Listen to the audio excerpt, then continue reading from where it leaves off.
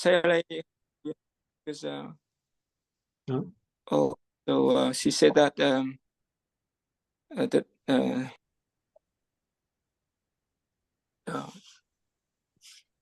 she is special person for us. Yes. Without yeah. I just moved here last week and there's no Wi-Fi here. Okay. Is it easy access to internet without Wi-Fi? I have to use the data of my iPhone from my phone. Okay. It might be expensive. Please start the day. Dạ, con mời cô Hoa Sư chúng con. Okay. Okay, so let's continue. I hope this in this session or maybe next one more, we have finished the one chapter, the Sila Nidisa. Sila chapter, maybe finish. Yeah.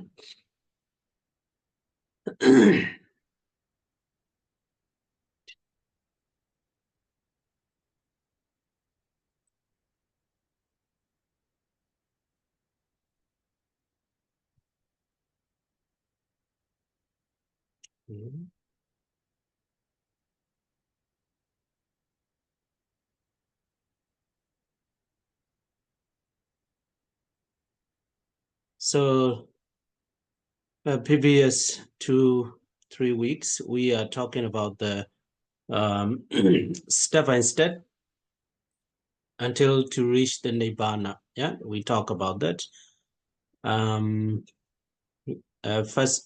First Sila and second Samadhi, and we talk about the here 4 jhana. Yeah, 4 jhana, or for the Abhidhamma, it's 5 jhana, the same. Yeah, same. And next we talk about the Arupa jhana. It is called the immaterial sphere jhana. Yeah, immaterial sphere jhana, Arupa. Yeah, Arupa jhana. Yeah, so these four is the Rupa jhana. Yeah, Rupa jhana. And after the, I think we talk, or we have talked enough about the Arupa jhana 4. Yeah, so Agasan Nanja Yedana, Vinyananja Yedana, Aginjanya Yedana, Niwa Sanya Nasanya Yedana. So before we start this class, Mr. John asked me about the how is it possible to sit a meditation in one posture without moving. So if you want to reach that kind of state, you have to reach Nivasanya, Nasanya, Yedana, all kinds of the jhana. You have to be a very skillful person about the jhana. You know, for example, you start from the first jhana until the Nivasanya, Nasanya, Yedana jhana, and again. You know, for example, now we are talking, and then if you want at the moment, then you focus on the meditation, one of the meditation object, then you reach all kinds of jhana. You know, whenever you want to get the jhana, whenever, yeah, then you have the ability to reach all the jhana. Yeah. So after that you have to go back to the here 4th jhana again. And the 4th jhana, after the 4th jhana, and I think you will definitely have to learn very detailed in other chapter. Yeah, other chapter, but This is just what is it? Just an introduction, yeah? Brief introduction about the Nivasanya, Nasanya, Yadana. And after this fourth jhana, you have to determine, okay, I will sit without changing my posture. I will sit for 7 days without changing my posture. Yeah, and then you start sitting. You don't need to move anything. Yeah, and also, you know, there is a out of rupa in our body, nama and rupa. Yeah, nama and rupa. The two things is operating in the body. That's why we are called a alive person. Yeah, and out of this nama, which means the mental phenomena, citta, consciousness, and Chittasika, mental factors, all kinds of the mental phenomena ceased or stopped working. And out of this, under the name of the rupa, there is 4 kinds of rupa. Yeah, 4 kinds of rupa. Rupa caused by karma,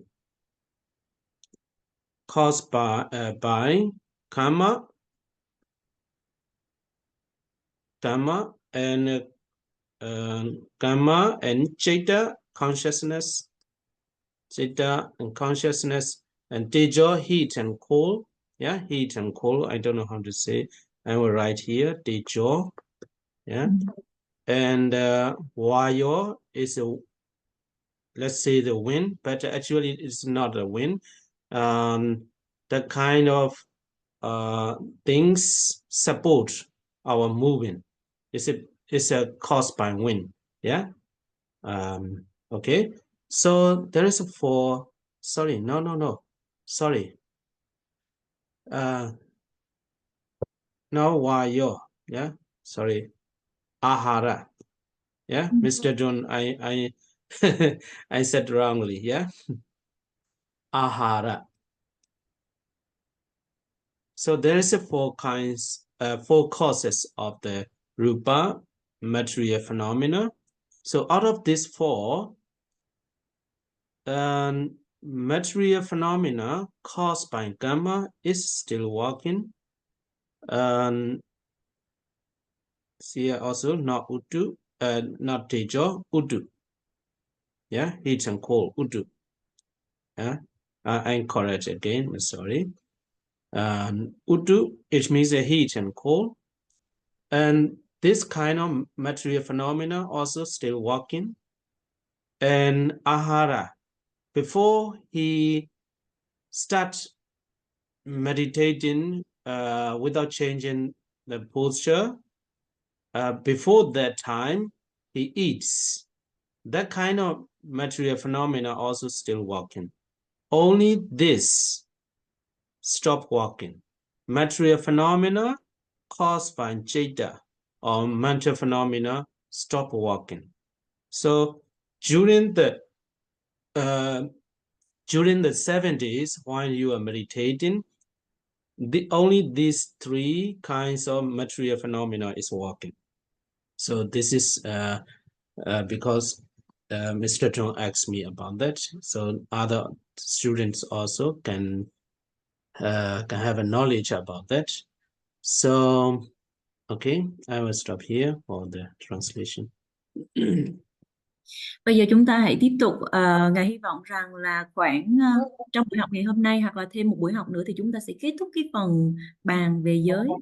Thì trong 3 buổi học lần trước thì chúng ta đã nói rất là nhiều từng bước cái việc mà thực hành làm sao để cho đến khi là chứng đạt niết bàn.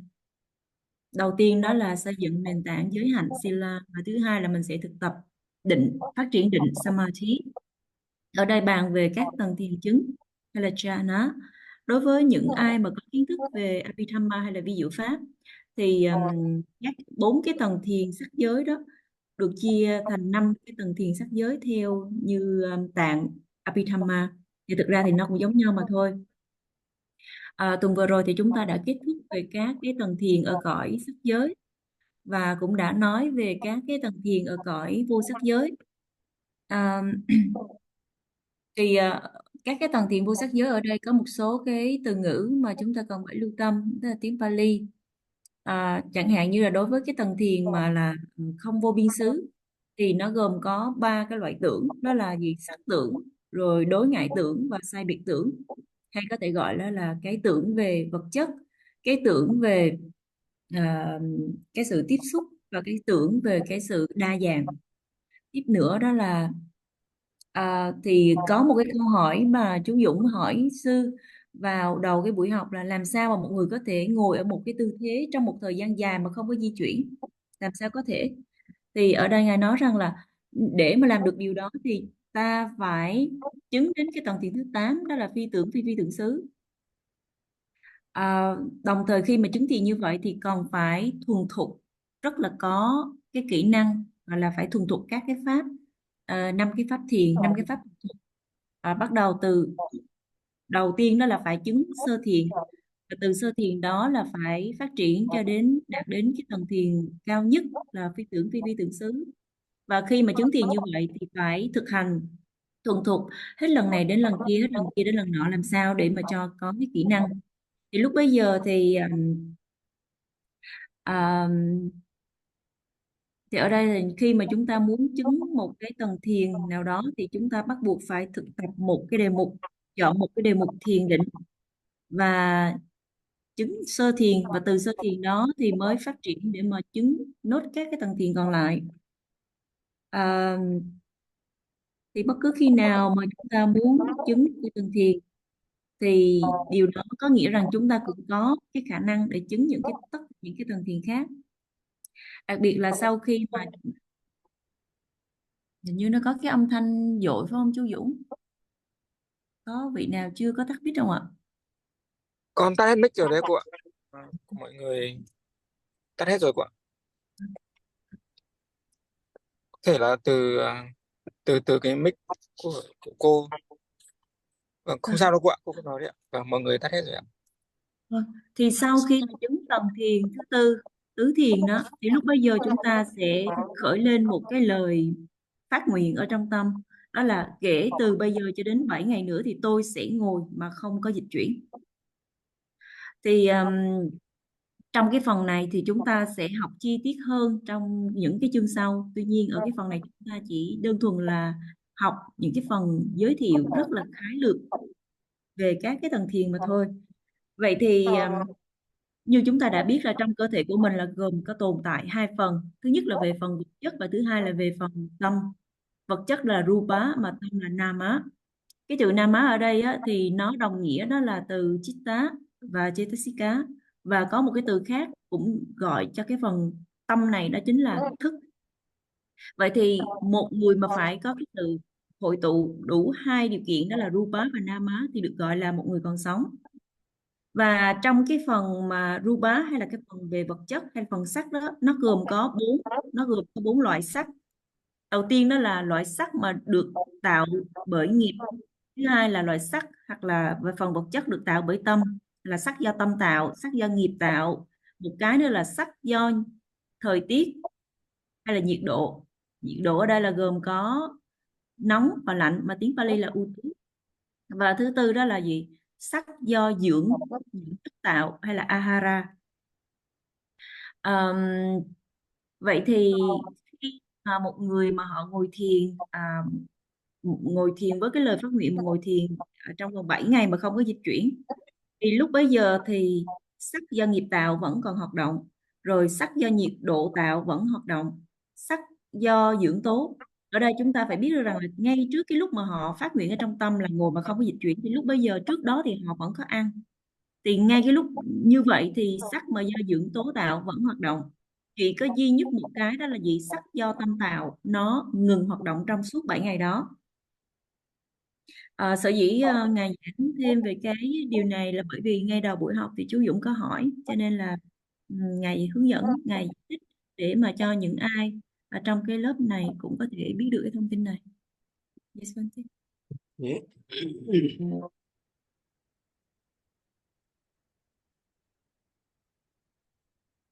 To make another progress. Okay. So until now, we have finished the jhana section. Yeah, jhana section until here.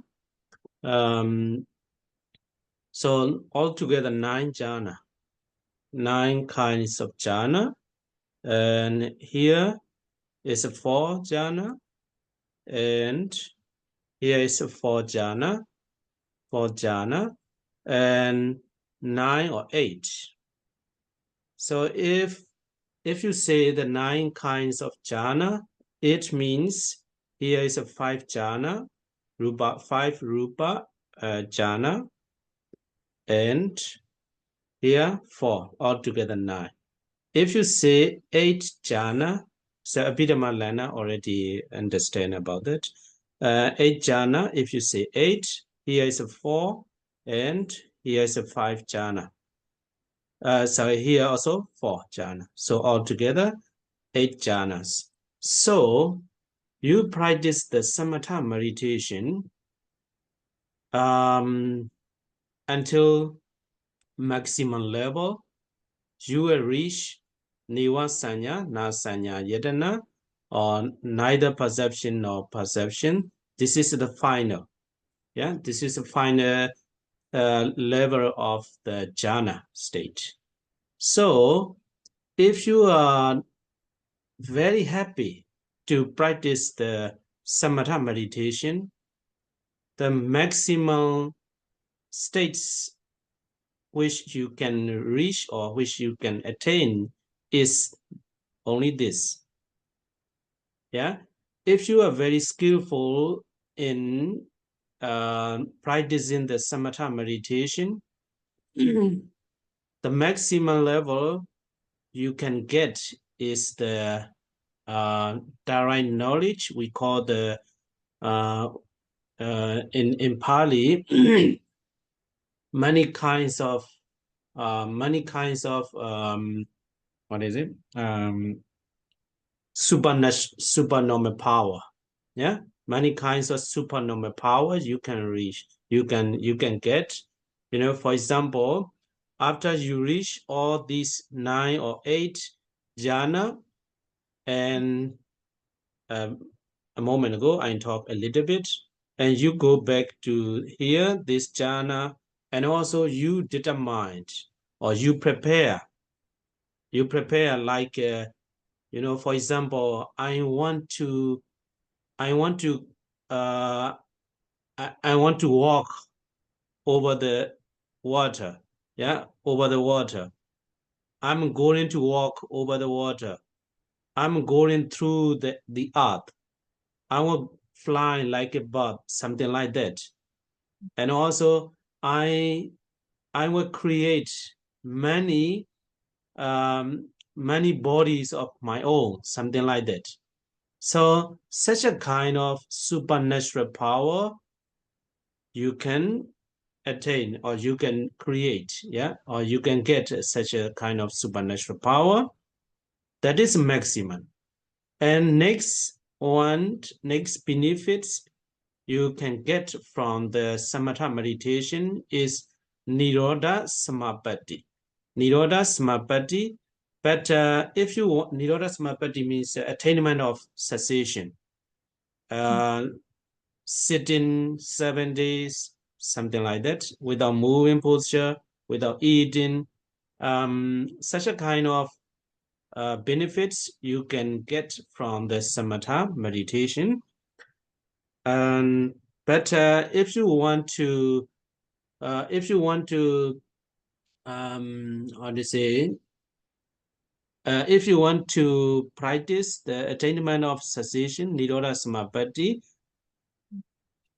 you have to reach all 9 or 8 jhana, plus you have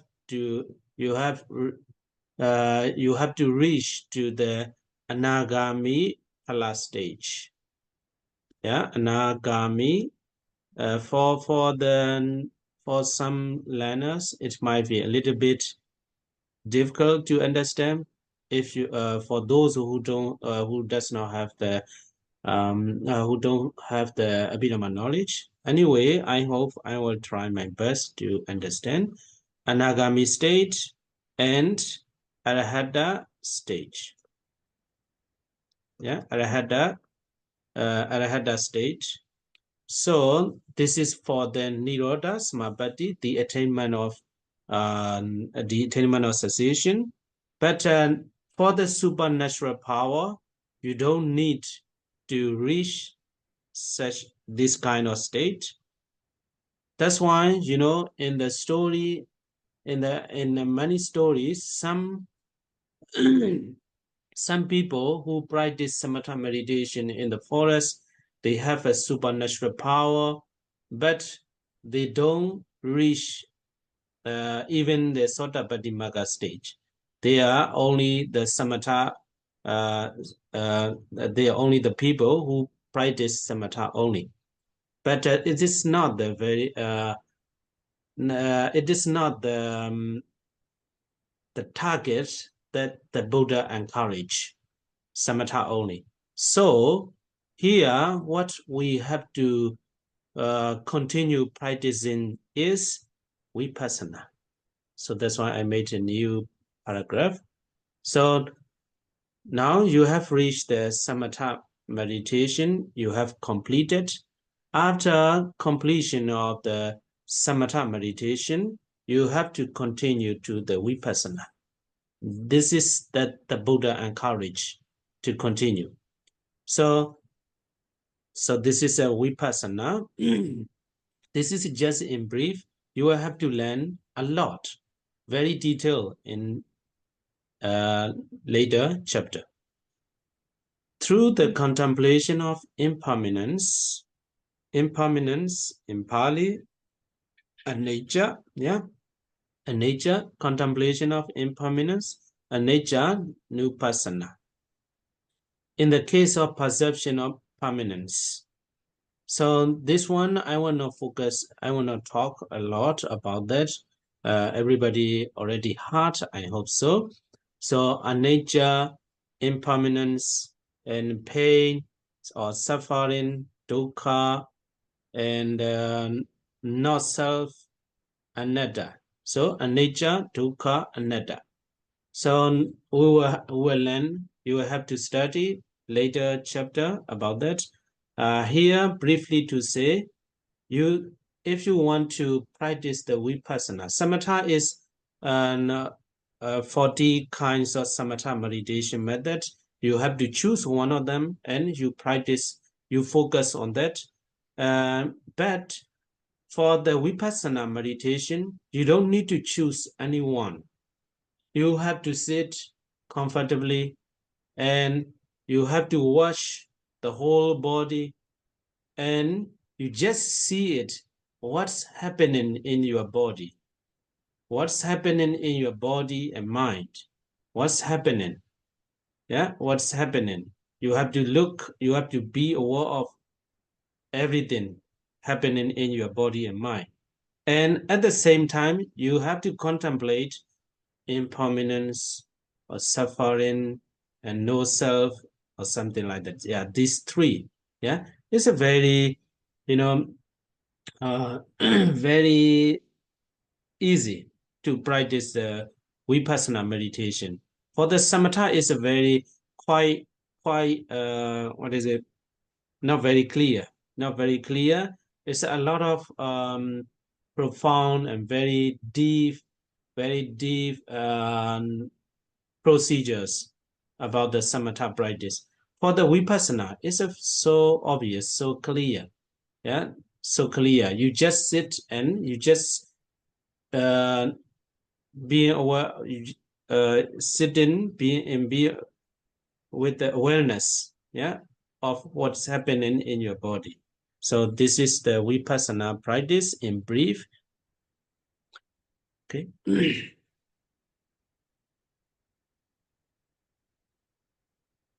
Và cho đến bây giờ thì chúng ta đã kết thúc xong cái phần bàn về các cái tầng thiền. Thì tổng cộng có 8 hoặc là 9 cái tầng thiền chứng jhana. Nếu mà chúng ta nói rằng là 9 tầng thiền, điều đó có nghĩa rằng là gồm có 5 tầng thiền sắc giới và 4 tầng thiền vô sắc. Còn nếu mà chúng ta nói là có 8 tầng thiền thì điều đó có nghĩa rằng là có 4 tầng vô sắc và 4 tầng thiền vô sắc, 4 tầng thiền sắc giới và 4 tầng thiền vô sắc. Thì ở cái khía cạnh 8 và 9 này thì hẳn là những học viên của Abhidhamma thì đã rõ về vấn đề này. Vậy thì chúng ta sẽ thực hành thiền định Samatha cho đến khi, và tối đa là chúng ta có thể chứng đến tầng thiền phi tưởng phi tưởng xứ mà thôi. Tầng thiền này là tầng thiền cuối cùng, trạng thái thiền chứng cuối cùng của việc mà thực hành thiền định Samatha. Nếu mà chúng ta cảm thấy hoan hỷ khi mà thực hành thiền định Samatha thì đây là cái mức độ tối đa mà chúng ta có thể chứng đắc ở cái tầng thiền phi tưởng xứ. Và nếu mà chúng ta đã chứng thiền và chúng ta thuần thục các cái pháp thiền Samatha thì lúc bây giờ chúng ta có thể là có được cái thắng trí, hay có thể gọi là các cái pháp thần thông mà tiếng Pali đó gọi là Abhinya. Vậy thì sau khi mà chứng 8 hoặc 9 tầng thiền thì chúng ta sẽ quay lại tầng thiền thứ tư, tứ thiền. Lúc bây giờ chúng ta sẽ có một cái số cái phép chuẩn bị, chẳng hạn như là bây giờ tôi muốn đi trên mặt nước, hoặc là bây giờ tôi muốn độn thổ, hoặc là bây giờ tôi muốn bay trên không gian như một con chim, hoặc là bây giờ tôi muốn hóa thông, là tạo ra rất là nhiều những cái hình tướng khác như là cái bản thân tôi. Vậy thì lúc bấy giờ chúng ta sẽ tạo ra rất là nhiều những cái phép thần thông mà mình muốn, dựa trên những cái mình đã chứng đắc được. Và tiếp đến một cái lợi ích nữa trong cái việc mà thực hành thiền định Samatha và chứng đắc đến tầng thiền thứ 8 phi tưởng xứ, đó là cái mức độ được gọi là diệt thọ tưởng định. Ở cái trường hợp là diệt thọ tưởng định thì lúc bấy giờ là một vị hành giả có thể ngồi trong vòng 7 ngày không có ăn, không có dịch chuyển gì cả. Thì để cái diệt thọ tưởng định ở đây tức là một cái mức độ định rất là thâm sâu, mà lúc bấy giờ cảm thọ và cái tưởng nó không còn nữa. Thì đây là những cái lợi ích mà một người có thể đạt được khi mà thực hành thiền định Samatha. Tuy nhiên ở cái mức độ diệt thọ tưởng định có một cái lưu ý rằng là gì? Phải có đủ hai cái điều kiện cơ bản. Thứ nhất là cái người đó phải chứng đến tầng thiền phi tưởng xứ. Điều kiện thứ hai là vị đó phải là một vị thánh A-na-hàm hoặc là đã chứng đắc thánh quả A-la-hán. Thì hội đủ hai cái điều kiện này mới nhập vào diệt thọ tưởng định. Đối với nhiều học viên thì cái điều này khá là khó hiểu. Hoặc là đối với những người không có kiến thức Abhidhamma thì khó hiểu, nhưng mà Ngài sẽ cố gắng hết sức để mà giảng cho chúng ta. Vậy thì đối với các cái pháp mà thần thông thì chứng đến tầng thiền thứ 8 phi tưởng xứ thì có thể là luyện thần thông để mà có được thần thông. Và cái việc mà chứng đắc cái thần thông đó không cần phải diệt thọ tưởng định. Cho nên đó là lý do vì sao mà trong kinh điển lưu lại rất là nhiều những cái câu chuyện đề cập rằng là có nhiều người khi mà họ thực hành thiền định Samatha trong rừng, nhưng mà bản thân họ có thể là có phép thần thông, có thể chứng thiền có thần thông, tuy nhiên họ chưa có chứng đắc bất cứ một cái tầng thánh nào, họ thậm chí còn chưa là một vị thánh nhập lưu Sotabanya, mà chỉ đơn thuần là họ thực hành thiền định Samatha và họ chứng các phép thần thông mà thôi. Tuy nhiên cái điều đó không phải là cái mục đích cuối cùng mà Đức Phật khuyên dạy cho chúng ta. Ngài dạy rằng là gì? Khi mà chúng ta đã thực hành thiền Samatha, chúng ta cần phải đi tiếp cái đạo lộ, đó là tiếp tục thực hành thiền định, thực hành thiền tuệ Vipassana. Khi mà một vị nào đó đã hoàn tất cái chương trình, hoàn tất cái việc mà thực hành Samatha, vị đó phải tiếp tục, hoặc là nên tiếp tục thực hành Vipassana, bởi vì đó là cái lời dạy của Đức Phật. Về cơ bản mà nói thì chúng ta sẽ học rất là nhiều về cái điều này trong chương tiếp theo. Và tiếp nữa thì chúng ta sẽ bàn sơ một số điều, chẳng hạn như từ mục số 26. Lúc bấy giờ là chúng ta sẽ quán vô thường. để mà từ bỏ cái điều gì đó là thường hằng mãi mãi. Tiếp nữa đó là chúng ta sẽ, số 27 là chúng ta sẽ quán niệm về cái sự khổ, hay là quán niệm về những cái đau đớn, để mà từ bỏ đi cái tưởng rằng là tất cả mọi thứ đều là thoải mái dễ chịu. Tiếp nữa là chúng ta sẽ quán tưởng về cái vô ngã, để từ bỏ đi cái ý tưởng rằng là mọi thứ là tôi, của tôi. Vậy thì nói gọn lại, chúng ta sẽ có tổng cộng 40 đề mục định Samatha. Nếu mà chúng ta muốn thực hành thiền Samatha thì lúc bấy giờ phải chọn một cái đề mục nào đó và tập trung vào nó. Tuy nhiên nếu mà chúng ta thực hành thiền tuệ Vipassana thì chúng ta không cần lựa chọn bất cứ một đề mục cụ thể nào, mà đơn thuần chỉ là ngồi ở tư thế thoải mái và quan sát toàn bộ thân, để xem thử là điều gì đang diễn ra trong thân và tâm của mình. Chúng ta chỉ nhìn, chúng ta chỉ quan sát, và chúng ta chỉ chánh niệm ý thức được tất cả mọi thứ đang diễn ra nơi thân và tâm của mình, đồng thời còn phải quán tưởng ba khía cạnh vô thường, bất toại nguyện và vô ngã trong thân và tâm của mình. Vậy thì cái phương pháp thực hành thiền tuệ Vipassana về cơ bản mà nói nó rất là dễ để mà thực hành. Đối với các cái đề mục thiền định Samatha thì lúc bấy giờ là cái đề mục đó nó rất là nó không hẳn là rõ ràng, bởi vì nó rất là sâu, nó rất là vi tế, nó đó là cả một cái tiến trình rất là sâu và vi tế. Tuy nhiên đối với thiền tuệ Vipassana thì nó rất là rõ ràng, bởi vì quý vị chỉ cần ngồi xuống và chánh niệm tỉnh thức quan sát tất cả mọi thứ đang diễn ra nơi thân và tâm của mình là gì. Yes, ma'am. So this is a Vipassana in brief. So to practice Vipassana, anicca, dukkha, anatta, three characteristics is very much important. Only this, yeah. So here, through the contemplation of dispersion in the case of perception of delighting, until the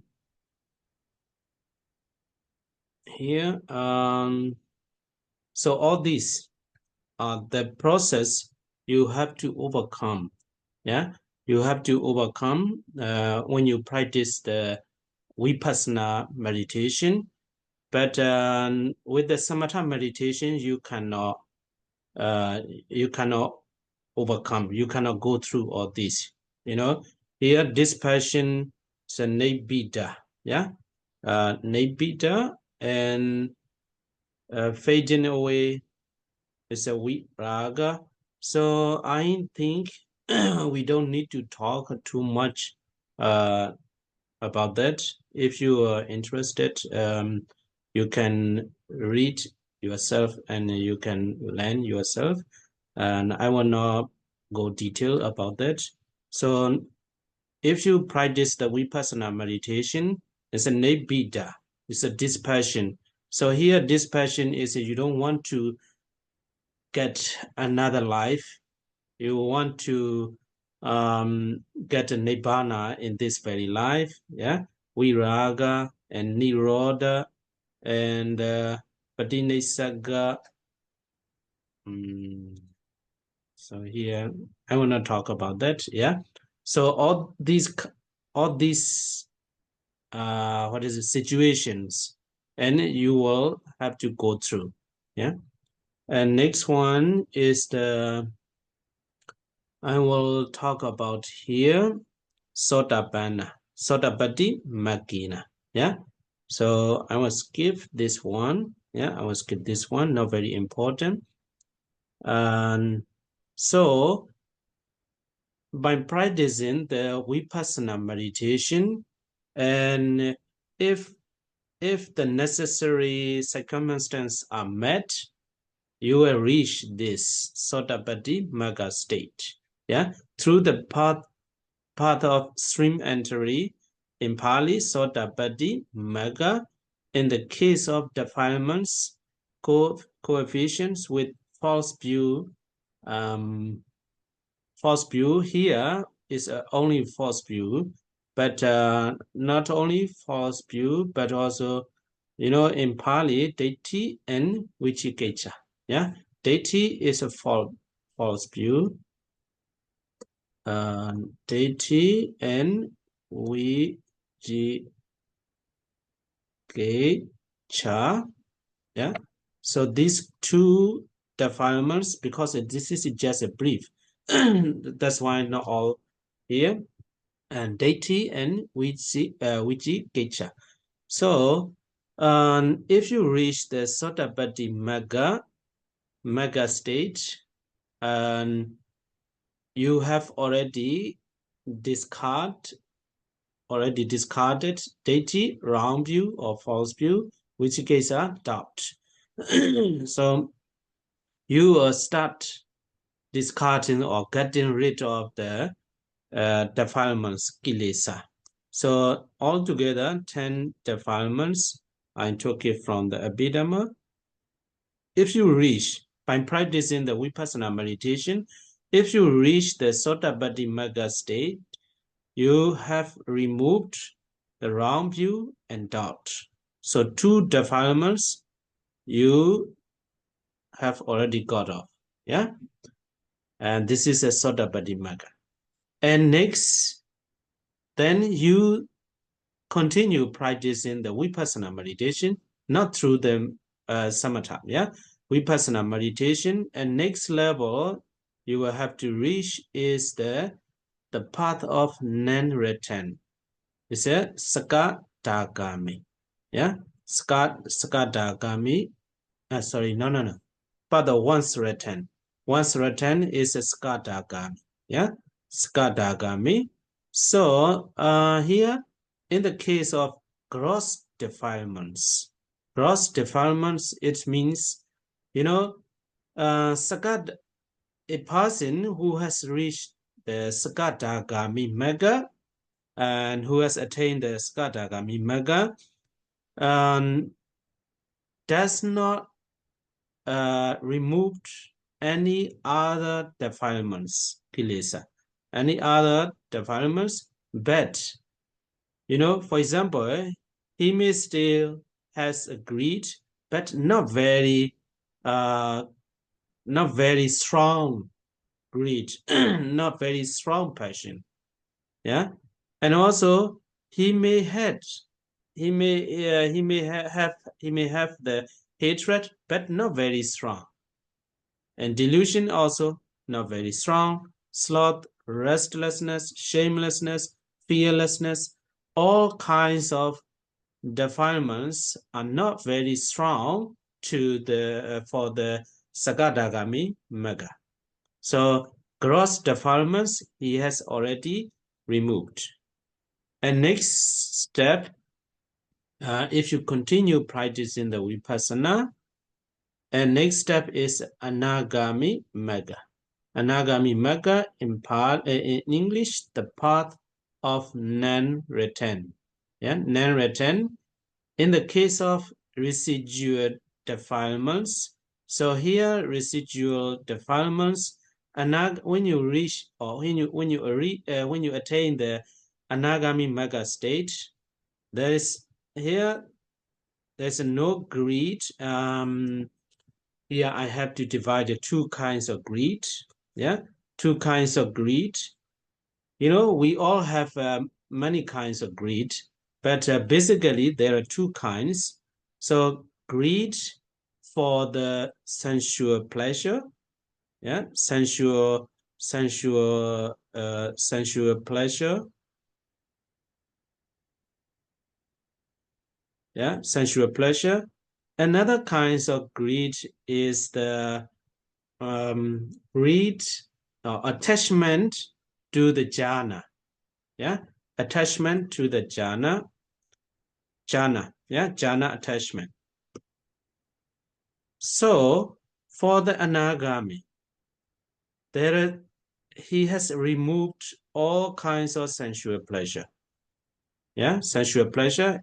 He doesn't have any kinds of sensual pleasure, but he still have attachment to the jhana.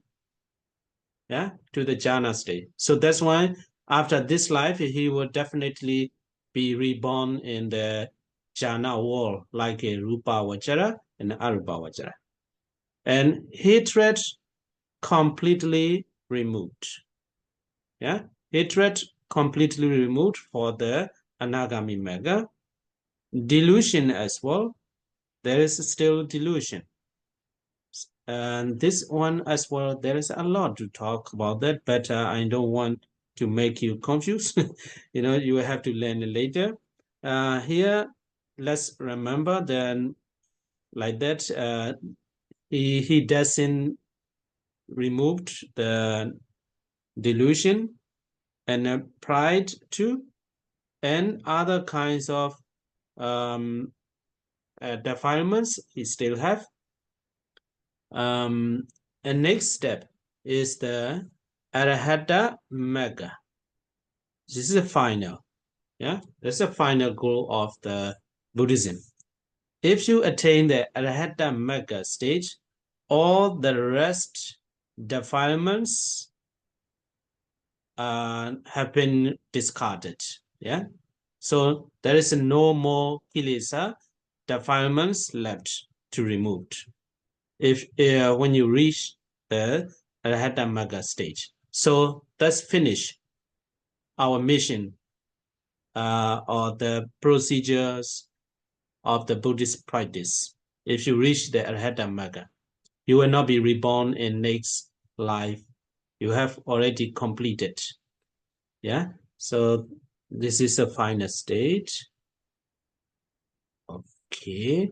Next question. Such virtues lead to non-remorse in the mind, to gladdening, to happiness, to tranquility, to joy, to repetition, to development, to cultivation, to embellishment, to the requisite for concentration, to the equipment of concentration, to fulfillment, to complete dispersion, to fading away, to cessation, to peace, to direct knowledge, to attainment, to nirvana. So this is the benefits, yeah, benefits of samatha vipassana meditation.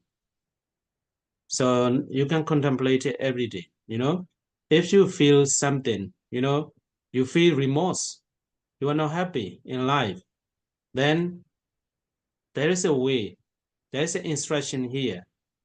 But basically there is only two kinds, samatha and vipassana. And you know, non-remorse in the mind, you fulfill the virtue, or samatha or vipassana. If you want to happy, if you want to make yourself happy, you have to practice to happiness, to tranquility of the mind. If you want a joyful situation, repetition here, joy. Let me pamocha, pitiya, pasadiya, somanasaya, as asivanaya. So asivanaya. Here the translation is a repetition, but asivanaya means it's a great cause or supportive to reach the nibbana or something like that. And to development, if you want to develop your life and your spiritual life, you have to practice samatha and vipassana. And if you want to cultivate all the good inner qualities of the mind, of the life, you have to practice samatha and vipassana. To embellishment, here it's a bhavana bahulikamaya alinkaraya. So alinkaraya, here embellishment means if you want to decorate beautifully, if you want to decorate yourself very beautifully, then you have to practice samatha and vipassana. And to the requisite for concentration, if you want a concentrated mind, you have to practice samatha and vipassana. And to the equipment of concentration, same. To fulfillment of your life, your spiritual life, you have to practice samatha and vipassana. To complete dispassion, samatha, vipassana. to fading away, to cessation, to peace, to direct knowledge. Direct knowledge is a benya, like going through the air, over walking on the water, yeah, going through the earth or something like that, to know others' mind, to know the previous life, something like that. And this is called the direct knowledge. If you want, and another kind is supernatural power. If you want that, you have to practice samatha. And to enlightenment, vipassana, to nibbana, vipassana. So this is benefits you can hope, yeah, you can expect by practicing samatha and vipassana meditation. I hope Sally has you not very difficult to translate. I don't know how to say. Okay, try it. Vậy thì ở đây chỉ là những cái thông tin rất là ngắn gọn và sơ lược về các cái phương pháp thiền Vipassana. Điều quan trọng là chúng ta cần phải quán tưởng đến ba khía cạnh, đó là tam tướng, đó là vô thường, bất tuệ nguyện và vô ngã, bởi vì chúng rất là quan trọng. Vậy thì ở đây từ số 29 cho đến số 43, tức là chúng ta sẽ phải đi lần lượt từng bước trong cái việc mà thực hành thiền tuệ Vipassana. Chúng ta cần phải, đây là những cái bước mà chúng ta sẽ tuần tự vượt qua trong Vipassana. Bởi vì đối với thiền định Samatha thì chúng ta không có cần những cái bước chẳng hạn như đi từ cái việc là quán yểm ly, rồi quán ly tham, rồi quán diệt, quán xả ly, quán hoại, rồi quán các hành diệt, rồi quán biến đổi, quán vô tướng, quán vô nguyện. Thì đây là những cái giai đoạn mà chúng ta phải vượt qua khi mà thực hành thiền tuệ Vipassana. Còn ở trong Pali nó có một cái từ đó là Nibbida. Nibbida tức là cái từ biến hoại dần, là sự tan rã, là sự phai nhạt dần. Thực ra mà nói thì nguyên cái phần này từ 29 đến số 43 thì Ngài sẽ không có nói quá nhiều. Nếu mà ai đó muốn tìm hiểu thêm thì quý vị có thể đọc và có thể tự trang bị cái kiến thức cho riêng mình. Vậy thì nếu mà chúng ta muốn thực hành thiền tuệ Vipassana để mà đến cái mức độ là Nibbida, tức là lúc bây giờ là tại cái mức này đó thì chúng ta sẽ không có muốn luân hồi nữa, chúng ta không có muốn tái sinh trong kiếp tiếp theo, mà chúng ta chỉ muốn chứng đắc đạo quả niết bàn ngay trong kiếp sống này mà thôi. Có một số cái rồi tiếp nữa đó là, cho nên riêng cái phần này đó, riêng cái phần mà cái slide trước đó thì Ngài sẽ không có, Ngài sẽ được bỏ qua bởi vì chúng không có quá quan trọng. Và ở cái trang này thì chúng ta sẽ đi tiếp về những cái tầng thánh tương ứng với những cái phiền não mà các cái tầng thánh đó loại trừ như thế nào. Đầu tiên đó là Sotapatimagga, tức là nhập lưu thánh đạo. Bằng cái việc mà thực hành thiền tuệ Vipassana, khi mà những cái điều kiện nó đã hội đủ thì một người có thể là chứng đắc đến cái tầng thánh này. Thì ở tầng thánh nhập lưu thì một người sẽ từ bỏ hai cái loại phiền não, đó chính là tà kiến và hoài nghi. Thực ra mà nói cái chữ tà kiến ở đây á, dùng cái chữ tà kiến thì nó cũng không, nó không chỉ riêng là các cái vấn đề về tà kiến, mà là các cái quan điểm, các cái kiến giải, tư kiến gói gọn hết luôn thì sẽ loại bỏ. Và loại bỏ thứ hai đó là vichikiccha, hay là sự hoài nghi. Chúng ta có tổng cộng là 10 loại phiền não, hay là người ta gọi là 10 kiết sử. Thì ở tầng thánh đầu tiên nhập lưu thánh đạo sẽ diệt trừ hoàn toàn hai loại phiền não, đó là tà kiến và hoài nghi. Tiếp theo, sau khi mà chứng đắc nhập lưu thánh đạo thì một người tiếp tục việc thực hành thiền tuệ Vipassana thì vị đó có thể chứng đắc đến tầng thánh thứ hai, đó là Sakadagami Magga, hay được gọi là Nhất Lai Thánh Đạo. Thì lúc bấy giờ là một vị Nhất Lai Thánh Đạo thì vị đó không có loại bỏ bất cứ một cái loại phiền não nào khác nữa. Tuy nhiên chẳng hạn như là lúc bấy giờ là vị đó vẫn còn tham, nhưng mà cái tham đó nó không có quá mạnh. Vị đó vẫn còn sân hận, nhưng mà cái sự sân hận đó không có quá mạnh. Vị đó vẫn còn những loại phiền não khác, chẳng hạn như là sự giả dự buồn ngủ, rồi sự phóng tâm, rồi à, vô tàm, rồi vô ý, hay được gọi là không có hổ thẹn tội lỗi và không có ghi sự tội lỗi. Vị đó vẫn còn, tuy nhiên cái cường độ của những loại phiền não này nó không có quá mạnh. Và khi một người đã chứng đắc đến tầng thánh thứ hai, đó là nhất lưu, thì vị đó nếu tiếp tục thực hành thiền tuệ vipassana thì sẽ chứng đắc đến tầng thánh anagami, hay là gọi là bất lai. Ở đây thì trước khi mà đề cập đến cái loại phiền não mà một vị bất lai có thể loại trừ, thì chúng ta sẽ đề cập đến hai cái loại tham. Tham đầu tiên đó là tham về cái dục lạc giác quan, hay là ngũ dục, dục trần.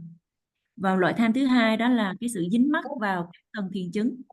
Vậy thì một vị thánh Anaham hay là Bất Lai, vị đó đã hoàn toàn loại bỏ đi cái dục tham, tham dục về cái dục lạc ngũ trần. Tuy nhiên vị đó vẫn còn dính mắc vào các tầng thiền chứng. Đó là lý do tại sao mà sau khi viên tịch ở cái kiếp này, vì kiếp sau vị đó sẽ tái sinh ở các cái cõi trời sắc giới hoặc là vô sắc giới. À, và một vị Bất Lai thì hoàn toàn loại bỏ đi hai cái phiền não, đó là tham dục, gọi là tham và sân. Nhưng mà cái tham gọi là cái tham mà liên quan đến cái dục lạc giác quan thì loại bỏ hoàn toàn. Nhưng mà cái dục tham ở trong các tầng thiền thì vẫn còn. Và một vị thánh Anaham thì vẫn còn 5 cái loại phiền não vi tế kia. Đó là vị đó vẫn còn si, vẫn còn phóng dật, vẫn còn hổ thẹn tội lỗi và ghê sợ tội lỗi. Và tiếp theo, nếu vị đó tiếp tục việc thực hành thiền thì vị đó sẽ chứng đắc đến a la hán thánh đạo, Arahatamagga. Thì đây chính là cái mục đích tối thượng, mục đích cuối cùng. Lúc bấy giờ là tất cả những loại phiền não còn lại được hoàn toàn loại trừ. Không còn bất cứ những cái phiền não kiết sử nào nữa, vì đó đã hoàn tất cái gọi là cái sứ mệnh, à, đã hoàn tất gọi là cái đạo lộ tu tập, gánh nặng trầm luân đã bỏ xuống, và kiếp sau không có còn tái sinh nào nữa. Và tiếp nữa đó là đề cập đến một số cái lợi ích của cái việc thực hành thiền tuệ vipassana như thế nào. Và cái việc và sau khi mà chứng tham như vậy thì chúng ta có thể là quán tưởng hay là xem xét những cái khía cạnh này mỗi ngày. Chẳng hạn như um, ví dụ như là những cái giới ấy đưa đến bất hối, hân hoan, hỷ lạc, khinh an. Rồi nhờ cái thói quen mà lặp đi lặp lại, rồi vị đó chính là gọi là vị đó ừm, vị đó tu tập đào luyện cải thiện, rồi rồi chuẩn bị những cái điều kiện để mà cho định, rồi trang bị cho định, rồi đưa đến viên mãn hoàn toàn viễn ly ly tham, đưa đến sự tịch diệt an ổn thắng trí giác ngộ niết bàn. Cái chữ thắng trí ở đây tức là những cái phép thần thông. Những cái phép thần thông chẳng hạn như là sanh tử thông, tức là nhớ, có khả năng là nhớ đến cái sự sống chết của những chúng sinh khác, hoặc là túc mạng thông là nhớ đến cái sự luân hồi của bản thân, hay là tha tâm thông tức là cái khả năng đọc được tâm của người khác, vân vân. Thì đây là tất cả những cái điều này là những cái lợi ích của cái việc mà thực hành thiền tuệ. Bởi vì chẳng hạn như một người khi mà họ cảm thấy là hối hận, ăn năn, và họ muốn có được cái sự hạnh phúc trong cuộc sống, vậy thì có một cách, và cách đó là thực hành thiền định Samatha và thiền tuệ Vipassana. Và để mà bắt đầu cho cái hành trình thực hành đấy thì chúng ta cần phải viên mãn hay là vun bồi giới hạnh sila. Vậy thì nếu mà mình muốn đạt được cái sự hạnh phúc viên mãn hay là cái sự bình an, thì lúc bấy giờ không có cách nào khác ngoài cái việc là thực hành thiền samatha và vipassana để mà có thể kinh nghiệm tất cả những cái lợi ích từ thiền đem lại. Ở đây có một cái từ Pali đó là asevanyana. Cái từ này người ta dịch là cái sự lặp đi lặp lại, nhưng mà cái từ này phải hiểu rằng là một cái sự hỗ trợ rất là tuyệt vời để cho một người đạt đến niết bàn. Thực ra mà nói thì ở đây có rất là nhiều những cái động từ, chẳng hạn như là nhờ cái giới hạnh đó nó dẫn đến cái tâm không có hối hận, dẫn đến tâm hoan hỷ, hạnh phúc, kinh an, hỷ lạc, sự lặp đi lặp lại, sự phát triển, sự gặt hái, rồi sự thiết lập định, vân vân. Thì đây tất cả những cái điều này là những cái lợi ích mà một người có thể thực hành và có thể quán tưởng mỗi ngày trong trường hợp mình muốn có được cái sự hạnh phúc và sự bình an. Vậy thì cái mục đích tối thượng trong cái việc mà thực hành theo lời Phật dạy đó chính là đạt đến giải thoát niết bàn. Và nếu mà chúng ta thực hành thiền định và thiền tuệ thì đây là những cái lợi ích mà chúng ta có thể hy vọng, có thể kỳ vọng. Okay, I hope you understand, because it is just an overview of the practice. You will have to learn very detailed later and in later chapter. So that's why for some learners it might be a little bit difficult, because this is very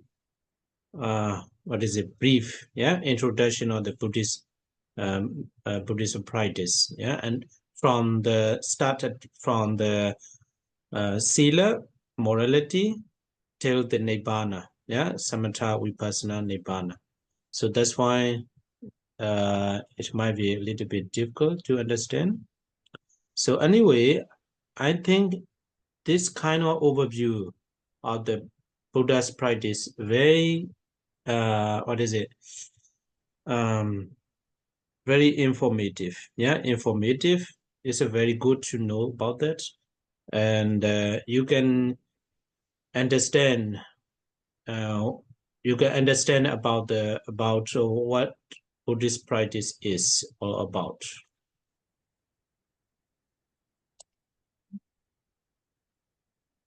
Ngài hy vọng rằng chúng ta hiểu, mặc dù đây chỉ đơn thuần là những cái phần khung xương hoặc là cái dàn bài rất là gọi là ngắn gọn. Chúng ta sẽ học rất là chi tiết và kỹ lưỡng ở những chương sau. Đối với một vài người thì có vẻ sẽ cảm thấy hơi khó hiểu một chút xíu.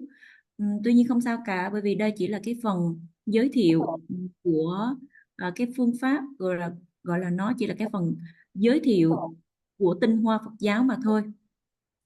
Và để mà thực hành theo những lời dạy của Đức Phật thì chúng ta sẽ bắt đầu từ sila hay là từ giới hạnh, và chúng ta sẽ thực hành tuần tự từng bước cho đến khi nào mà chứng đắc đạo quả niết bàn.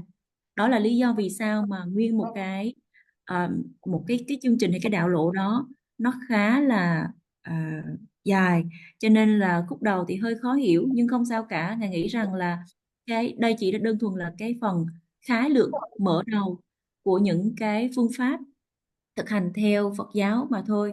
Tuy nhiên mặc dù hơi khó hiểu nhưng mà nó rất là chi tiết, nó đáng để chúng ta tìm hiểu, và nếu mà chúng ta biết thì điều này cũng rất là tốt. So here you can make a briefing like that. If you fulfill the sila, morality, you will reach to the at least human being, human being and deva, deva deities. And if you practice the samatha, you can expect to be reborn in the Brahma world. Yeah.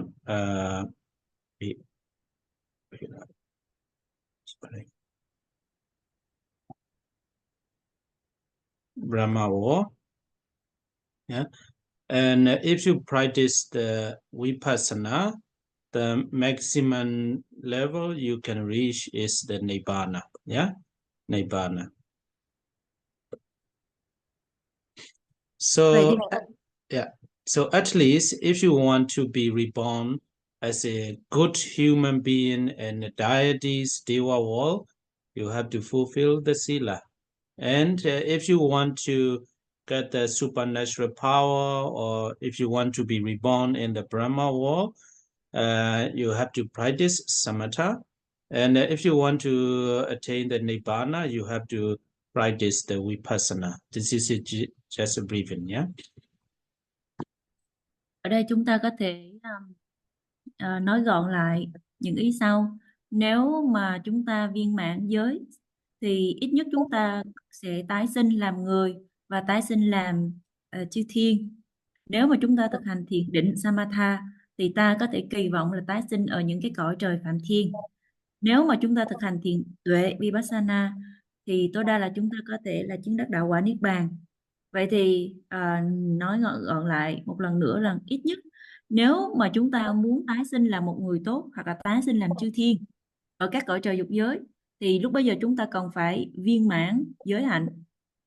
Còn nếu mà chúng ta muốn có những phép thần thông hoặc là muốn tái sinh ở những cõi trời phạm thiên thì phải thực hành thiền định samatha. Còn nếu mà chúng ta muốn niết bàn thì phải thực hành thiền tuệ vipassana. Okay.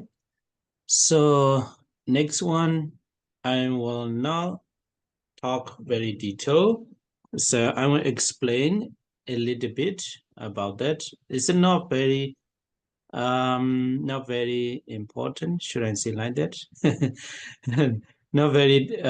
Without learning this, you can start practicing. That's why I say that not very important.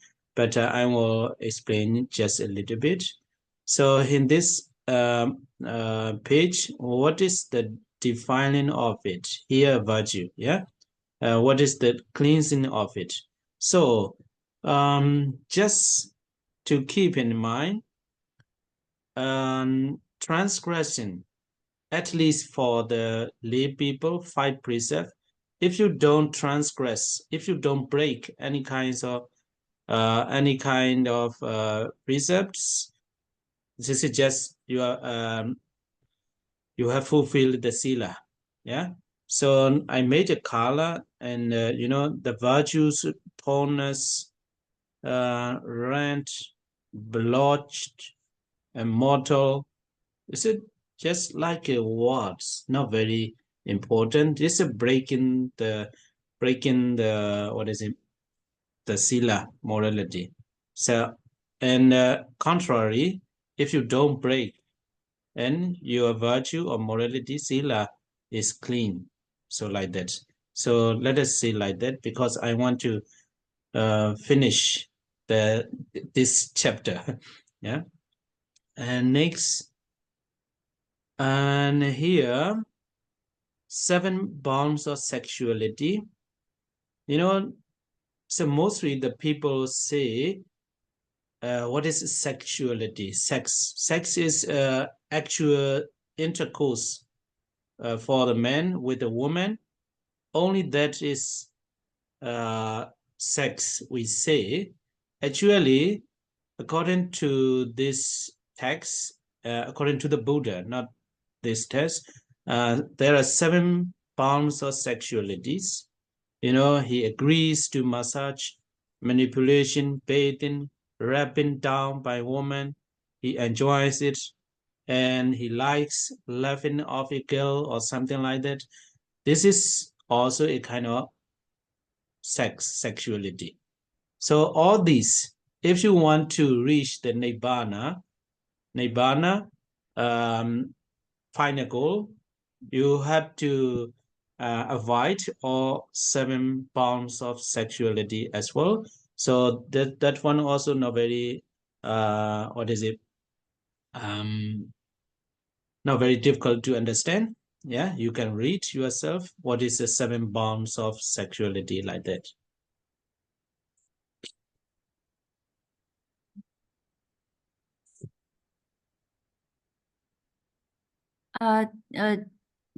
Trang tiếp theo thì chúng ta sẽ không có nói quá chi tiết, nhưng mà Ngài sẽ giải thích một chút xíu, bởi vì những cái thông tin này nó không có quá quan trọng. Không quá quan trọng tức là nếu mà chúng ta không có học nó một cách chi tiết thì chúng ta vẫn có thể thực hành. Thì trong cái chương Dimante, can you show me the previous page? This Yes. one? Okay. Yes. No. No? The first one. The previous, okay. 152. 152. 152. Here. Yes. Yes. Yes. Yes. Right.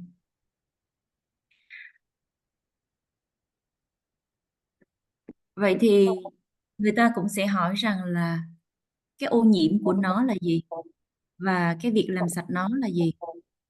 Thì chẳng hạn như ở đây nó đề cập đến một số cái gọi là cái sự rách nát của đức hạnh, chẳng hạn như là sự ô uế, rồi thế nào là sự ô uế, thế nào là sự không rách nát, và thế nào là sự thanh lọc của nó. Thì ở cơ bản mình nói thì ở cái chương này chúng ta cần phải lưu ý rằng nếu mà đối với một người cư sĩ tại gia thì điều quan trọng là quý vị giữ 5 giới. Bởi vì nếu mà quý vị không có quy phạm hay là phá bất cứ một cái điều giới nào trong 5 giới này thì lúc bấy giờ là quý vị viên mãn giới hạnh của mình.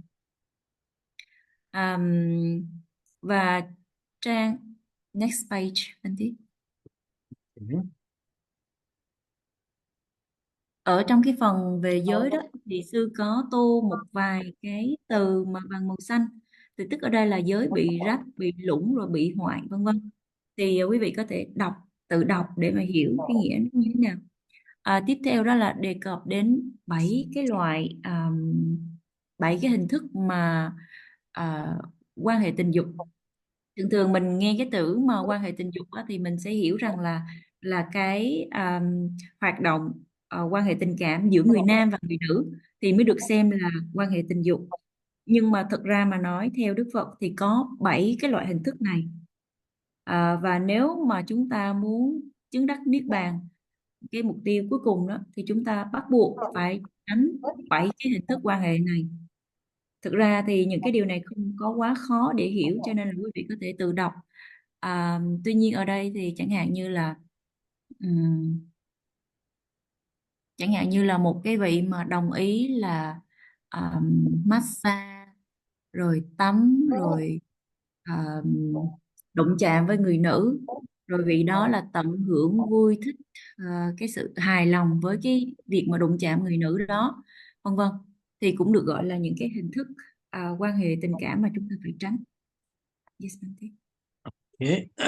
So all these, about the 7 bonds of sexuality, like he jokes, plays, amuse himself with a woman, etc. All these kinds. Here, it is a main focus is for the bhikkhu, monks and nuns. But for the lay person, even for lay person, if you want to reach the final, final goal of nibbana, you have to avoid that. But only, for to get a peace of mind, or only to get a tranquility, to get the non-remorse happiness, you don't need to avoid that. But if you want to reach the nibbana, you have to avoid it. Here he gazes, stares at woman, eye to eye, etc. It's not very difficult. So all this you can read it yourself, because I want to complete this session. And so this is the negative, negative feelings, negative negativities of the mind, anger, enmity, contempt, domineering, etc. So all these we have to try not to arise in our mind by practicing samatha and vipassana. And Silly Hasu, you don't need to, they can read, yeah? I think they can have this kind of paragraph, yeah? And also here, I made a color, maybe is a key point. Virtues not broken for the purpose of gain. This is a conclusion, the whole chapter. Virtues not broken for the purpose of gain, fame, etc., and rectifying by making amends after being broken. You know, at first we have to keep our precepts not to break, yeah, for the purpose of gain, fame, etc. But because of the ignorance, we may break the rules or precepts. But if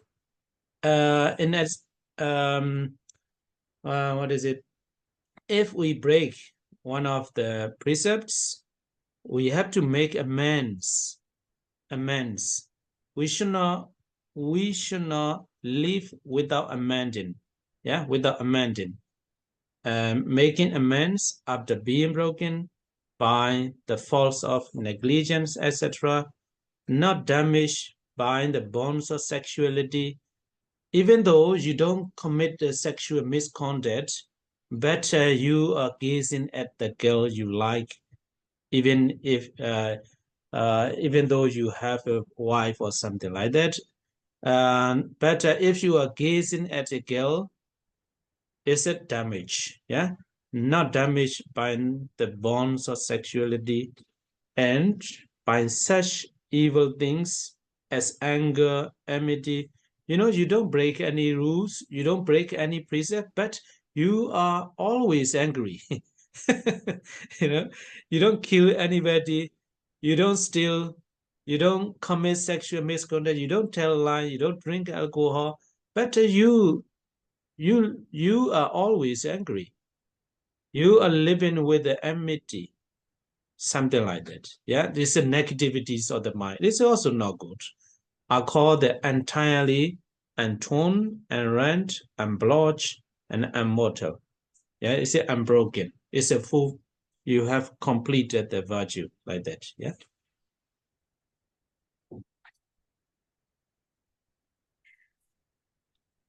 Thực ra mà nói thì những cái điều này thì chủ yếu là tập trung vào chư tăng và tu nữ mà thôi.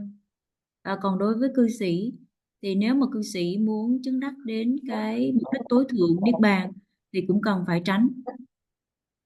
Trong trường hợp mà mình chỉ muốn là có được cái sự bình an trong tâm, cái sự thanh tịnh trong tâm, không có hối hận thì không có nhất thiết là phải tránh những cái hình thức gọi là quan hệ tình cảm, 7 cái loại quan hệ tình cảm mình vừa có đề cập. Tuy nhiên nếu một người cư sĩ mà muốn chứng đắc cái đạo quả niết bàn ở tầng thánh cuối cùng á, thì bắt buộc phải tránh. Tiếp nữa đó là có một số cái điều chẳng hạn như là cái vị đó đùa giỡn, chơi đùa, giải trí với những người phụ nữ, rồi chẳng hạn như là liếc mắt đưa tình đối với những người phụ nữ, vân vân, thì đây cũng là những cái điều mà cần phải tránh. Tiếp nữa đó là tiếp nữa là đề cập đến những cái cảm xúc tiêu cực mà một người cần phải tránh, chẳng hạn như là cái sự giận dữ, thù địch, khinh miệt, độc đoán, đố kỵ, hám lợi, lừa dối, gian lận, ngoan cố, tự phụ, kiêu ngạo, kiêu căng, cẩu thả, vân vân. Chúng ta làm sao để mà cho những cái loại phiền não này nó không có sinh khởi ở trong tâm bằng cái việc mà thực hành thiền định và thiền tuệ. Rồi tiếp nữa là chúng ta cần phải giữ giới. Chúng ta giữ giới không phải vì được muốn nổi tiếng hay là được vì danh lợi, mà chúng ta cố gắng giữ giới làm sao để mà mình không có, vì bất cứ lý do hay hoàn cảnh nào, mình sẽ cũng không có vi phạm những cái điều giới đã thọ trì. Trong trường hợp như là chẳng hạn như là một cái người mà họ đã có vợ rồi, nhưng mà vị này là liếc mắt đưa tình với một người phụ nữ khác, thì lúc bấy giờ cái vị đó không có phá giới, hay là cái giới nó không có bị đứt gãy. Tuy nhiên, hoặc là vị đó không có vi phạm cái điều giới là tà dâm. Tuy nhiên, xét trong một cái chừng mực nào đó thì cái giới của vị này nó bị rách, nó bị thủng, nó không có được viên mãn hay là trọn vẹn. Hoặc là một người á, họ không có trộm cướp hoặc nói dối sát sinh, không có tà dâm, không có uống rượu bia, nhưng mà lúc nào họ cũng bực bội, khó chịu, sân hận, thì lúc bấy giờ là cái tâm của vị đó luôn luôn ở trong cái trình trạng hay là tiêu cực. Vậy thì mặc dù xét về các cái điều giới mà nói thì vị này không có hoàn toàn làm phá vỡ cái giới nào cả, nhưng mà xét một cái mức độ là nó cụ thể chi tiết thì vị này là cái giới của vị này không có được viên mãn, bởi vì tâm lúc nào cũng sân hận. Đấy. À, ở đây thì sư có bôi màu xanh, bôi đậm một cái đoạn, đó là những cái giới hạnh hay là những cái đức hạnh không có bị phá vỡ vì mục đích được lợi. Và những cái giới hạnh này nó sẽ được sửa chữa bằng cách sửa đổi sau khi mà đã vi phạm cái điều giới. Có nghĩa rằng nếu mà một vị đó phá giới, vị đó phạm giới, thì vị đó làm cho giới của mình trong sạch trở lại bằng cái việc là gì? Sám hối. Rồi cái giới nó sẽ không có bị tổn hại bởi sự ràng buộc của tình dục và bởi những cái điều xấu xa như là sân hận và thù ghét. Ờ, à, và sẽ được gọi rằng là không có rách, không có bị thủng, không có tì vết, là không có bị lốm đốm. Yes, Manti. Okay. So, I think we should continue next time, yeah, because we cannot finish that. But this is not very difficult part. Anyway, so we will complete next time on Friday, yeah. After this, we will finish the Sila chapter. We will finish next week. Not next week, next Friday, and then we'll continue to the Tutanga. It is the estate practice. Yeah. Okay. So see you on Friday. We still have the chanting to share merit. Yeah, Well. yeah. So before that, I would like to translate the last. Yeah. Ngài có nói rằng thì chúng ta sẽ tiếp tục học cái phần cuối cùng của chương giới vào thứ Sáu. Bởi vì mặc dù là cố gắng nhưng mà chúng ta không có thể nào mà kết thúc trong cái buổi ngày hôm nay. Tuy nhiên thì những cái nội dung còn lại nó không có quá khó. Dù sao đi chăng nữa thì chúng ta sẽ kết thúc cái chương về giới trong thứ Sáu. Và sau đó thì chúng ta sẽ tiếp tục học đến cái phần Duttanga hay là những cái pháp hạnh đầu đà. Bây giờ là đến cái phần hồi hướng chia phước. Kính mời quý vị chúng ta chánh niệm và hướng tâm theo. Yes, So let's make share. Edawada cha ame sambandam bunya sambanda sabbe dewa numodando sabbe nara numodando sabbe sada numodando sabba sambadi seniya kadame yambunyan dokarang aja saduka Ponyene dena nibbana sigamba boma de maya tancha ponya mayande ma bawesu tisu panina te sabidam bamode dawa sukan labandu sabanda Imina Bunya Kamina Mami Bala Samagamo Sada Samagamo Hodu Yavani Bana Badia Kayina